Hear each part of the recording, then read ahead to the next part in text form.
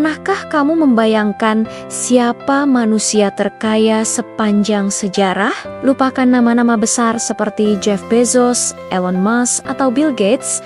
Mereka semua, jika kekayaannya digabungkan sekalipun, mungkin tidak akan bisa menandingi satu orang ini. Namanya Mansa Musa, kaisar dari Kekaisaran Mali di Afrika Barat pada abad ke-14. Kekayaannya begitu luar biasa, begitu melimpah, sampai-sampai para sejarawan dan ekonom modern menyebutnya tak terhingga. Tidak bisa dihitung dengan angka yang kita kenal sekarang. Bagaimana bisa seseorang menjadi sekaya itu? Kuncinya ada pada dua hal: waktu dan lokasi. Mansa Musa memerintah pada puncak kejayaan Kekaisaran Mali, sebuah wilayah yang secara harfiah duduk di atas tambang emas terbesar di dunia. Pada masa itu, emas adalah segalanya. Emas adalah fondasi ekonomi global, standar kekayaan, dan simbol kekuasaan mutlak. Dan Mansa Musa mengendalikan hampir setengah dari seluruh pasokan emas di dunia lama.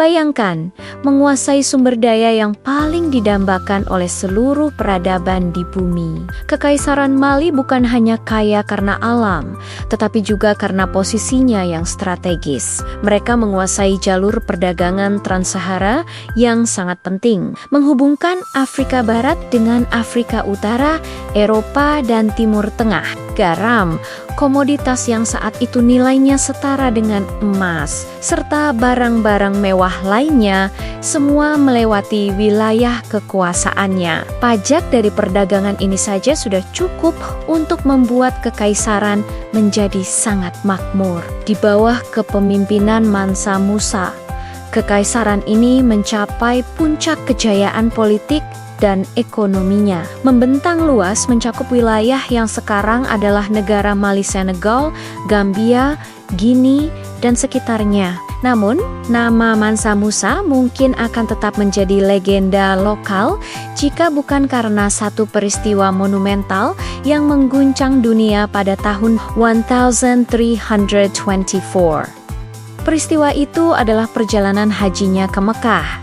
Ini bukan sekadar perjalanan ibadah biasa. Ini adalah sebuah parade kekayaan dan kekuasaan yang belum pernah dilihat dunia sebelumnya, dan mungkin tidak akan pernah terlihat lagi. Bayangkan, sebuah prosesi raksasa bergerak melintasi gurun Sahara. Rombongan Mansa Musa terdiri dari 60.000 orang, termasuk 12.000 budak pribadi, masing-masing mengenakan sutra Persia terbaik dan membawa tongkat emas seberat hampir 2 kg.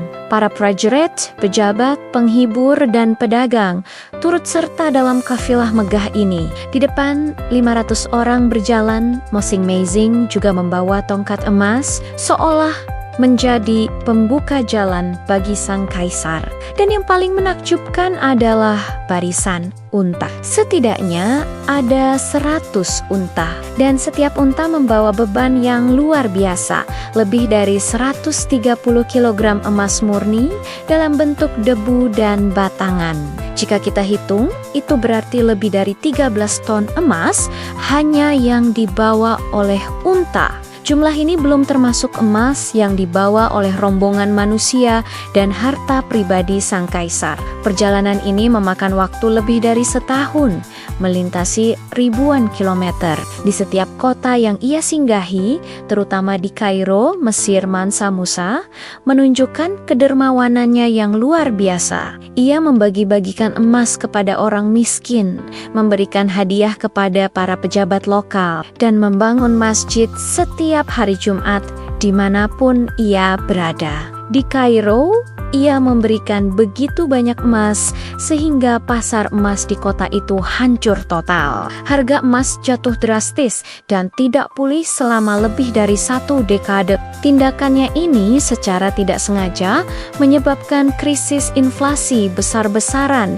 di seluruh wilayah Mediterania. Satu orang dengan kedermawanannya mampu merusak ekonomi sebuah kawasan besar selama bertahun-tahun. Inilah skala kekayaan yang kita bicarakan. Kisah perjalanannya menyebar seperti api ke seluruh Eropa dan Timur Tengah. Para pedagang Venesia, Genoa, dan Mesir membawa pulang cerita tentang seorang raja Afrika yang kekayaannya tak terbayangkan. Namanya pun muncul di peta Eropa. Salah satu yang paling terkenal adalah Atlas Catalan tahun 1375 yang menggambarkan Mansa Musa duduk di atas takhta emas, mengenakan mahkota emas, memegang tongkat emas, dan sebuah bongkahan emas besar di tangannya. Ia menjadi legenda, simbol dari negeri dongeng di Afrika yang penuh dengan emas. Namun, kisah Mansa Musa jauh lebih dalam daripada sekadar emas dan kemewahan. Perjalanan hajinya bukan hanya untuk pamer.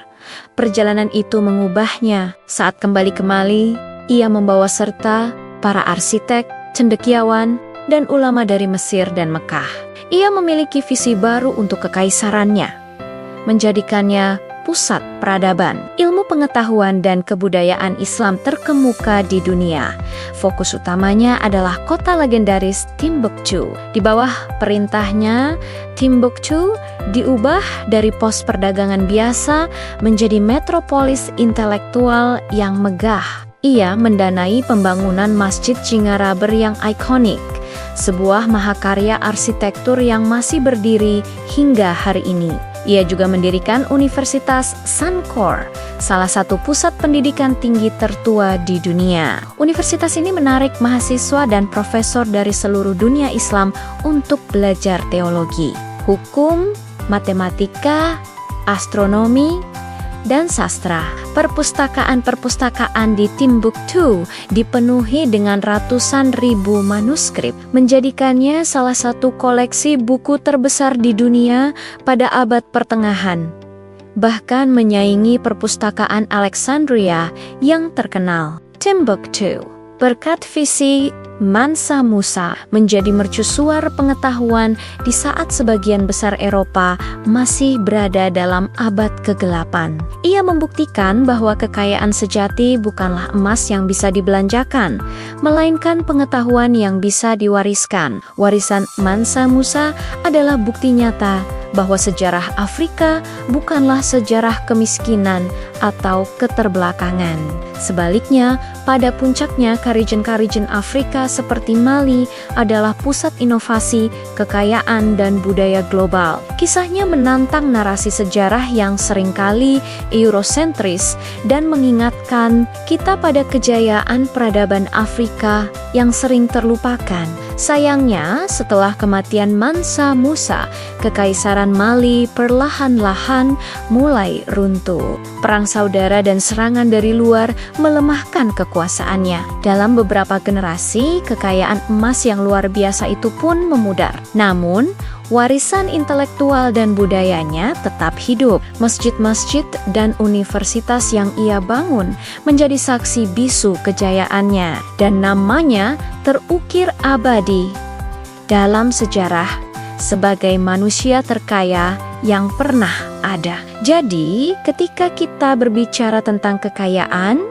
ingatlah Mansa Musa, seorang raja yang kekayaannya tidak hanya diukur dari emas yang ia miliki, tetapi juga dari kebijaksanaan yang ia sebarkan dan peradaban yang ia bangun. Kisahnya adalah pengingat yang kuat bahwa sejarah dunia jauh lebih kaya dan lebih beragam daripada yang sering kita bayangkan.